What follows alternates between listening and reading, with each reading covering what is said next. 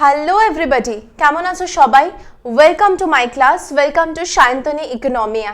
Yes, আমি জানি অনেক অপেক্ষার পরে ফাইনালি আমি এবং তোমরা একসাথে হতে পেরেছি আমার পার্সোনাল প্ল্যাটফর্মে। এরপর থেকে কিন্তু রেগুলার বেসিসে এই চ্যানেলে ক্লাসেস যাবে।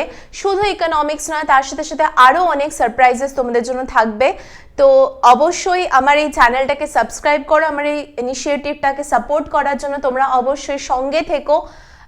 আজকে একদম ডে ওয়ানে আমি এমসিকিউ ডিসকাশন একটা সেশন রেখেছি। অবশ্যই এখানে WBCS, staff selection commission, railways, এই প্রত্যেকটা এক্সামিনেশনকে মাথায় রেখে একটা সেট তৈরি করেছি এবং তোমাদের সাথে শেয়ার করছি।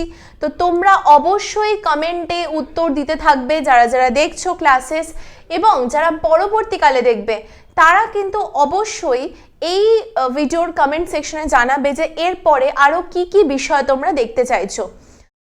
এই চ্যানেলে আমি কিন্তু ইকোনমিক্সের পাশাপাশি অন্য বিষয়গুলো সম্বন্ধেও তোমাদের সাথে ডিসকাস করার চেষ্টা করব, এবং তোমাদের জন্য অনেক কিছু আসতে চলেছে। So you have to stay tuned, এবং তার জন্য আমি সবাইকে রিকোয়েস্ট করব অবশ্যই চ্যানেলটাকে সাবস্ক্রাইব করে দেবে, এবং তোমাদের মতো আরও যারা অ্যাসপিরেন্ট বন্ধু রয়েছে তোমাদের, তাদেরকেও এই চ্যানেলটা সাবস্ক্রাইব করে দেবে, এবং আই প্রমিস যে তোমরা একেবারে নিরাশ হবে না।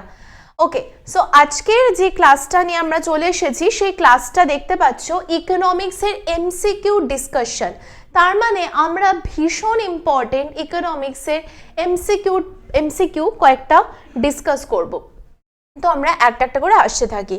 আমাদের প্রথম যে মানে কোয়েশ্চেনটা রয়েছে, সেই কোয়েশ্চেনটা বলছে দেখো যে which index is used in India for inflation targeting under the monetary policy framework। আচ্ছা, এইটা ভীষণ ইম্পর্টেন্ট একটা জায়গা, বিকজ এটা পরীক্ষাতে বহুবার জিজ্ঞাসা করেছে। দেখো, এই যে ইনফ্লেশন মানে মোটামুটি তোমাদের সবার জানা আছে যে যখন কন্টিনিউয়াসলি আমরা দেখি যে প্রাইস লেভেলটা রাইজ করছে, তখন আমরা সেটাকে বলি হচ্ছে ইনফ্লেশন, রাইট? যখন আমরা দেখি কন্টিনিউয়াসলি দাম বাড়ছে, মূল্য বৃদ্ধি, মুদ্রাস্ফীতি হচ্ছে, এবং সে মুদ্রাস্ফীতি হওয়ার সময়তে রিজার্ভ ব্যাঙ্ক অফ ইন্ডিয়া কি করে? রিজার্ভ ব্যাঙ্ক অফ ইন্ডিয়া সেটাকে কন্ট্রোল করার জন্য, অর্থাৎ মানি সাপ্লাইটাকে কন্ট্রোল করার জন্য কিছু পলিসিস ইমপ্লিমেন্ট করে। সেই পলিসিগুলোকে একসাথে একটা ব্যানারের আন্ডারে ফেলা হয়, যেটাকে আমরা বলি হচ্ছে মনিটারি পলিসি। এবং সেই গানটার কথা আমি আমার সব স্টুডেন্টদেরকে বলি যে রাজশ্রী তোমার জন্য মুদ্রাস্ফীতি অস্ট্রেলিয়া। এখানে রাজশ্রীকে যদি আমরা ভেবে নিই যে মানি সাপ্লাই, মানে আমাদের এখানে প্রচুর অর্থের যোগান বেড়ে গেছে, অর্থের যোগান এতটাই বেড়ে গেছে যে যার ফলে ডিমান্ডটাকে সে টেনে বাড়িয়ে দিচ্ছে, যে আমার কাছে তো এত টাকা, তাহলে আমি চাহিদাটা একটু বেশি করি। চাহিদাটা বেশি করা মানে হচ্ছে দামের লেভেলটাও কিন্তু বেড়ে যাওয়া। অর্থাৎ আমাদের যদি রাজশ্রী চলে আসে হাতে, মানে টাকা চলে আসে, ক্যাশ হাতে চলে আসে, আমাদের কিন্তু কি হবে? মুদ্রাস্ফীতি বা ইনফ্লেশন হয়ে যাবে। এবার বিষয়টা হচ্ছে ইনফ্লেশনকে কন্ট্রোলের জন্য যে মনিটারি পলিসি আছে, সেই মনিটারি পলিসির ক্ষেত্রে আমরা দেখতে পাই যে আরবিআই এর মেনলি মানে একটা পার্টিকুলার ইন্ডেক্স ইউজ করে ইনফ্লেশনটাকে পরিমাপ করার জন্য। অ্যাকচুয়ালি আমাদের এই যে তিনটে পরিমাপের কথা মেনশন করা আছে, that is WPI, CPI, PPI বা জিডিপি রিফ্লেক্টর, এদের প্রত্যেককে দিয়েই কিন্তু আমরা ইনফ্লেশন পরিমাপ করতে পারি। কিন্তু কামিং টু যদি যে আরবিআই কোনটাকে রাইট নাও ইউজ করে, অ্যাবসলিউটলি ইয়েস, আমি জানি তোমরাও এটাই বলছো, that is consumer price index বা CPI। তাহলে কনজিউমার প্রাইস ইন্ডেক্স বা CPI এর মাধ্যমে কি করে? কনজিউমার প্রাইস ইন্ডেক্স বা CPI এর মাধ্যমে একটা পার্টিকুলার বাস্কেট অফ, এটাকে আমরা বলি হচ্ছে basket of goods and services, মানে একটা নির্দিষ্ট সংখ্যক পণ্য এবং পরিষেবার যে দামের বৃদ্ধিটাকে, সেটাকে ট্রেস করতে সাহায্য করে, সেটাকে আমরা বলি হচ্ছে CPI। কিন্তু মনে রাখতে হবে এখানে এটা কিন্তু কেবলমাত্র ক্রেতার লেভেলে দামের বৃদ্ধি পরিমাপ করে। এটাই যদি হয়ে যেত বিক্রেতা লেভেলে, তখন বিক্রেতা লেভেলে শুধুমাত্র পণ্যের ক্ষেত্রে দামের পরিবর্তন পরিমাপ করে কিন্তু হোলসেল প্রাইস ইন্ডেক্স বা ডাব্লিউপিআই। তাহলে এই জায়গাটা একটুখানি আমাদের ক্লিয়ার রাখতে হবে। অলরাইট, সো চলে যাব আমরা পরের কোয়েশ্চেনে। কোয়েশ্চেন নাম্বার 2 দেখো, বলছে the primary function of the monetary policy committee in India. আচ্ছা, মনিটারি পলিসি কমিটি কবে এসেছিল? দেখো, এই যে repo rate, reverse repo rate, CRR, SLR ইত্যাদি যে সমস্ত রেট স্টেটসগুলো হয়ে থাকে, এগুলো কিন্তু আগে বার করা বা ডিটারমাইন করার দায়িত্ব ছিল হচ্ছে আরবিআই এর কাছে।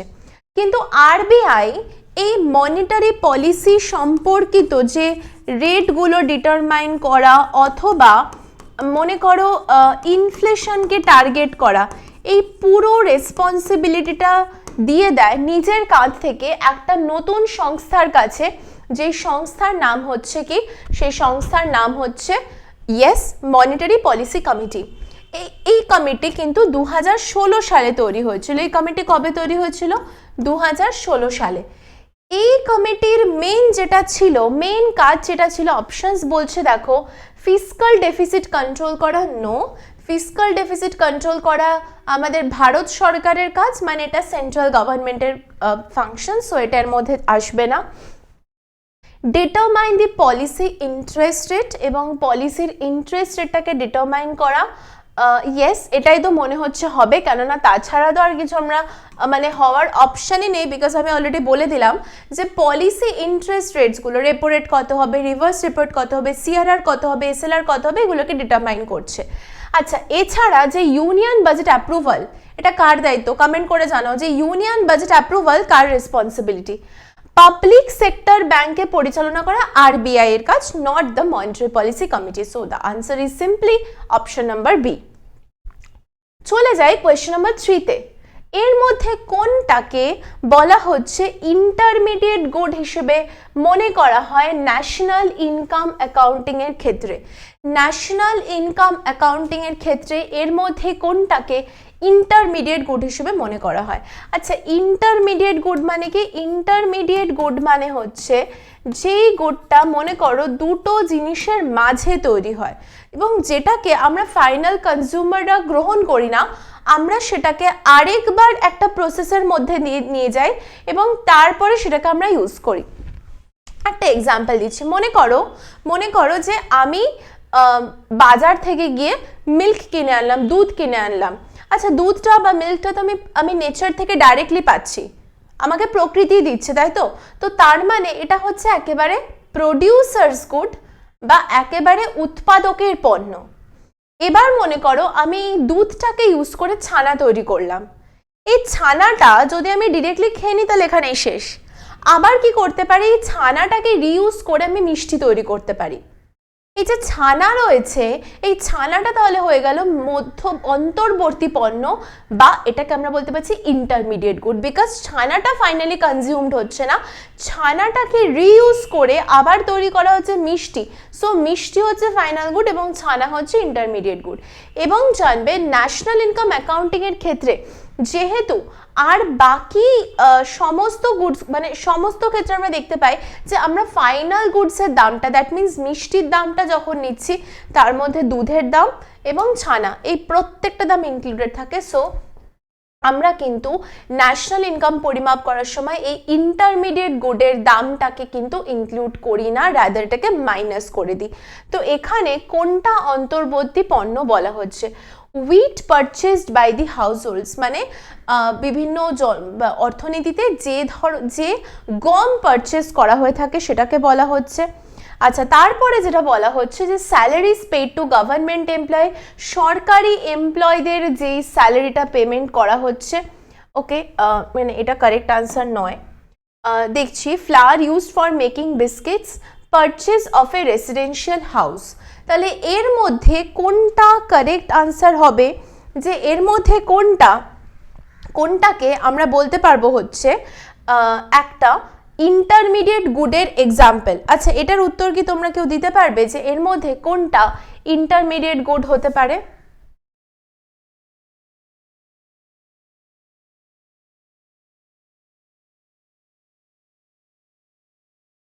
একদমই কারেক্ট। বিস্কিট তৈরির জন্য যে ফ্লাওয়ারটা ইউজ করা হচ্ছে সেই ফ্লাওয়ারটা হচ্ছে কিন্তু ইন্টারমিডিয়েট গুড, কেননা ফ্লাওয়ারটা আমরা তৈরি করেছি গম থেকে এসেছে আটা বা ময়দা, এবং সেখান থেকে তৈরি হবে বিস্কিট। তো ফ্লাওয়ারটা কিন্তু আমরা ডিরেক্টলি কনজিউম করছি না, তো সেই জন্য আমরা এটাকে বলতে পারি intermediate good, right.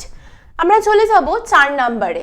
An increase in the repo rate by RBI generally leads to. যদি রেপো রেটটাকে ইনক্রিজ করা হয় তাহলে কি হবে? আচ্ছা, রেপো রেট মানে কি? রেপো রেট মানে হচ্ছে যে রেটে বা যে সুদের হারে রিজার্ভ ব্যাঙ্ক অফ ইন্ডিয়া ব্যাঙ্কগুলোকে লোন দিয়ে থাকে শর্ট টার্মের জন্য without any approved security, right. এবং যদি রেপো রেটটাকে বাড়ানো হয়, ভেবে দেখো যে মনে করো আরবিআই ব্যাঙ্কগুলোকে 100 টাকা লোন দিল এবং তার বিনিময়ে ব্যাঙ্ক আরবিআইকে ফেরত দিল হচ্ছে 105 টাকা, তাহলে আমরা বলতে পারি 5% হচ্ছে রেপো রেট। এবার ব্যাঙ্ক এই 100 টাকাটাই লোন দিচ্ছে হচ্ছে জেনারেল পাবলিককে এবং তার এগেনস্টে পাবলিক ওকে ফেরত দিচ্ছে 110 টাকা। যদি আরবিআই এই রেপো রেটটাকে 5% থেকে বাড়িয়ে 8% করে দেয়, তাহলে কিন্তু পাবলিকেরও এই যে লোনের যে ইন্টারেস্ট সেটাও 10% থেকে বেড়ে কিন্তু হয়ে যাবে 12%, আমি ধরে নিলাম। তার মানে অটোমেটিক্যালি যখন লোনটা কস্টলি হয়ে যাচ্ছে, it is difficult for the public আরও ফার্দার লোন নেওয়া। তো তার ফলে যে মানি সাপ্লাইটা যাচ্ছিল সেই মানি সাপ্লাইটা কিন্তু সাসপেন্ডেড হয়ে যাবে বা মানি সাপ্লাইয়ের ফ্লোটা কিন্তু কমে যাবে, এবং যার ফলে যেটা হবে সেটা হচ্ছে যে আমাদের কাছে টাকার পরিমাণ কমে গেলে আমাদের ডিমান্ড কমে গিয়ে ইনফ্লেশনটা কমে যাবে।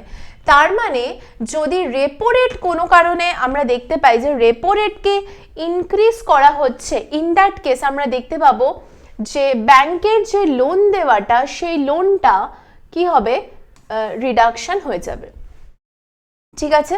আচ্ছা, কোয়েশ্চেন নাম্বার 5-এ যাব। ফিসকাল ডেফিসিট বলতে ভারতে কি বোঝায়? ফিসকাল ডেফিসিট মানে কি? ফিসকাল ডেফিসিট মানে হচ্ছে যে রাজস্ব ঘাটতি। তার মানে আমরা কিভাবে ডিফাইন করি? আমরা ডিফাইন করি হচ্ছে যে ধরো সরকারের যে টোটাল খরচটা হয় যেটাকে আমরা বলি টোটাল এক্সপেন্ডিচার, এবং সরকারের যে মোট ব্যয়টা হয় যেটাকে আমরা বলি হচ্ছে টোটাল রিসিটস, তাহলে টোটাল এক্সপেন্ডিচার থেকে টোটাল রিসিট যদি মাইনাস করি সেটাকে আমরা বলি হচ্ছে বাজেট ডেফিসিট।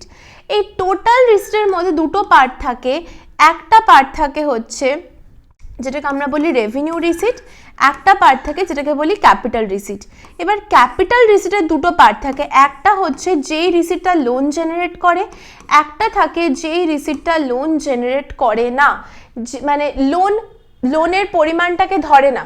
তাহলে আমরা ফিসকাল ডেফিসিটে এই পার্টটুকুকে বাদ দিয়ে আমরা দেখি কতটা ডেফিসিট আছে। তার মানে আমরা বলতে পারি যে total government expenditure minus total non borrowing receipt. তার মানে ফিসকাল ডেফিসিট আমাদের এটাই বুঝতে সাহায্য করে যে অ্যাকচুয়ালি কত টাকা আমাদেরকে লোন নিতে হবে। ইয়েস, ওকে, ডান, ফাইন। নেক্সট কোয়েশ্চনে চলে যাবো। কোয়েশ্চন নাম্বার 6 দেখো, which of the following is a direct tax? Direct tax দেখার একটা খুব সহজ উপায় আছে, জানো তো, সেটা হচ্ছে যদি কোনো ট্যাক্স তোমার ইনকাম বা সম্পত্তির উপর হয় তখনই সেটাকে আমরা ডাইরেক্ট ট্যাক্স বলি। যেমন এখানে অবশ্যই আমরা একদম ডিতেই দেখতে পাচ্ছি ইনকাম ট্যাক্স, সো সেই কারণে আমরা ইনকাম ট্যাক্সকে বলতে পারবো হচ্ছে ডাইরেক্ট ট্যাক্স। আমরা সরাসরি ইনকাম ট্যাক্সকে বলতে পারবো direct tax. Alright, GST, customs duty, excise duty, এগুলো কিন্তু সবকটাই খরচের উপরে আরোপ করা হয়। দেখো, কোনো কিছু খরচ করতে যাচ্ছ, কোনো একজন বিক্রেতা বিক্রি করতে যাচ্ছে, তার উপরে আরোপ করা হচ্ছে, এবং সেই জন্য এটাকে কিন্তু আমরা এর মধ্যে ইনক্লুড করতে পারছি না। আচ্ছা, এরপরে চলে যাই 7 নম্বর কোয়েশ্চনে। কারেন্ট অ্যাকাউন্ট ডেফিসিট মানে কি? কারেন্ট অ্যাকাউন্ট ডেফিসিট হচ্ছে খুব ইম্পর্টেন্ট একটা জায়গা ব্যালেন্স অফ পেমেন্ট চ্যাপ্টারের। দেখো, কারেন্ট অ্যাকাউন্ট ডেফিসিট মানে কি? কারেন্ট অ্যাকাউন্ট ডেফিসিট মানে হচ্ছে যে যেই সমস্ত, মনে করো যে আমাদের ভারত থেকে বেশ কিছু টাকা বাইরে আউটফ্লো হয়ে যায় এবং বাইরে থেকে বেশ কিছু টাকা ইন্ডিয়াতে ইনফ্লো হয়। এবার এই আউটফ্লো হচ্ছে আর ইনফ্লো হচ্ছে, এই দুটোর পার্থক্যকে আমরা বলি হচ্ছে অ্যাকচুয়ালি একটা ঘাটতি হয়ে গেল, তাই না, একটা ঘাটতি হয়ে গেল। কারেন্ট অ্যাকাউন্ট ডেফিসিট মানে আমরা কি বলি, কারেন্ট অ্যাকাউন্ট ডেফিসিট মানে সেই সমস্ত আউটফ্লো ইনফ্লোর টাকাগুলোকে কনসিডার করা হবে, সেই সমস্ত আউটফ্লো ইনফ্লোর টাকাগুলোকে কনসিডার করা হবে যেগুলো কিনা আমরা বলি যে নন রিফান্ডেবল নেচারের হয়ে থাকে। যেমন ধরে নাও এক্সপোর্ট ইম্পোর্টের টাকা, তাহলে এক্সপোর্ট হতে পারে বা ইম্পোর্ট হতে পারে, অথবা যে কোনো ধরনের ট্রান্সফার পেমেন্ট, যেমন ধরে নেবে রেমিটেন্স বা এগুলো হতে পারে। তো এই টাকাগুলোকে কিন্তু আমরা অ্যাকচুয়ালি কারেন্ট অ্যাকাউন্টের ক্ষেত্রে কনসিডার করি। তাহলে যদি আমরা দেখতে পাই যে আমাদের outflow is more than inflow, তখন কিন্তু আমরা সেটাকে বলবো কারেন্ট অ্যাকাউন্ট ডেফিসিট হচ্ছে। যেমন দেখো access of imports over exports of goods services and transfer, আমরা দেখতে পাচ্ছি যে আমাদের আমদানি রপ্তানির ক্ষেত্রে আমদানির জন্য বেশি খরচ হয়ে যাচ্ছে রাদার দ্যান রপ্তানি থেকে ইনকাম, তো সেই জন্য আমরা এটাকে বলি হচ্ছে কি current account deficit. Yes, next চলে যাব, এর মধ্যে কোনটা গ্রস ক্যাপিটাল ফরমেশনের একটা অংশ নয়? খুব ইম্পর্টেন্ট কোয়েশ্চেন, এবং এক্ষেত্রে আমরা যে উত্তরটা বলতে পারবো যে গ্রস ক্যাপিটাল ফরমেশনের অংশ নয়। অ্যাকচুয়ালি এই যে গ্রস ক্যাপিটাল ফরমেশনের কোয়েশ্চেন থাকে, এটা কিন্তু পরীক্ষাতে বেশ অনেকবার দেখা গেছে, এবং সেক্ষেত্রে আমরা যে উত্তরটা দিতে পারি সেই উত্তরটা কি, সেই উত্তরটা হচ্ছে of course repayment of foreign loan. ঠিক আছে, ফরেন লোন রিপেমেন্ট করা কখনোই ক্যাপিটাল ফরমেশনে কন্ট্রিবিউট করছে না, সো সেই জন্য আমরা এটাকে আনসার করছি। নেক্সট চলে যাই পরেরটাতে, সেটা হচ্ছে which of the following best explains the concept of stagflation। এটা কিন্তু পরীক্ষায় আসা ভীষণ ইম্পর্টেন্ট একটা জায়গা। স্ট্যাগফ্লেশনকে আমরা যদি দুটো ভাগে ভাগ করি, একটা পার্ট আমরা পাই হচ্ছে স্ট্যাগনেশন, আরেকটা পার্ট আমরা পাই হচ্ছে কি ইনফ্লেশন। আচ্ছা, স্ট্যাগনেশন মানে কি? স্ট্যাগনেশন মানে হচ্ছে ইকোনমিতে কোনো গ্রোথ নেই, স্ট্যাগনেশন মানে হচ্ছে নো ইকোনমিক গ্রোথ, এবং ইনফ্লেশন মানে হচ্ছে কি মুদ্রাস্ফীতি। তার মানে যদি এরকম আমরা দেখতে পাই যে ইনফ্লেশনের লেভেলটা হাই থাকছে with lower negative economic growth, সেটাকে আমরা বলতে পারবো হচ্ছে এটা।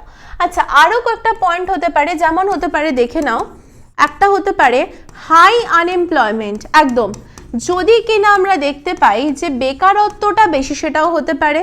আরেকটা হতে পারে যেটাকে আমরা বলি হচ্ছে হাই পভার্টি বা দারিদ্র লেভেল বেশি, সেটাও কিন্তু এর মধ্যে আসতে পারে। আচ্ছা, কোয়েশ্চন নাম্বার 10-এ যাব। ওপেন মার্কেট অপারেশন ইন্ডিয়াতে, in India open market operation are conducted by the Reserve Bank of India mainly কিসের জন্য করা হয়? এটা মেনলি করা হয় হচ্ছে, আচ্ছা ওপেন মার্কেট অপারেশন কি আগে বলে দিই। ওপেন মার্কেট অপারেশন মানে হচ্ছে যখন কিনা আমরা দেখতে পাই যে government security buy and sell হচ্ছে উইদিন পাবলিক, সাধারণ জনগণের থেকে টাকা তোলার উদ্দেশ্যে, সেটা কিন্তু সরকারের ইমিডিয়েট ফান্ড ক্রাইসিসকে মেটানোর জন্য হতে পারে। সেই কারণে সরকার যখন কি করে, আরবিআইকে বলে যে ভাই তুমি এমন একটা কিছু করো যাতে আমার এই ফান্ড ক্রাইসিস মেটে, বা অর্থনীতি থেকে টাকা তুলে নেওয়া যায়, বা অর্থনীতিতে টাকা দিয়ে দেওয়া যায় ইনফ্লেশনকে এদিক ওদিক করার জন্য। তো সেই জন্য আরবিআই কি করে, বিভিন্ন গভর্নমেন্ট সিকিউরিটি ইস্যু করে, যেমন বন্ড বা ট্রেজারি বিল, এবং এটাকে পাবলিকের মাঝে কেনা বেচা করে, সেটাকে আমরা বলি হচ্ছে ওপেন মার্কেট অপারেশন। এবং ওপেন মার্কেট অপারেশনের মাধ্যমে আরবিআই কিন্তু লিকুইডিটিটাকে কন্ট্রোল করতে চায়। লিকুইডিটি মানে কি, ইকোনমিতে কতটা ক্যাশে টাকা আছে, লিকুইড ক্যাশ কতটা আছে, সেটাকে কন্ট্রোল করতে চায়, সেটাকে আমরা বলি হচ্ছে open market operation. Okay, alright.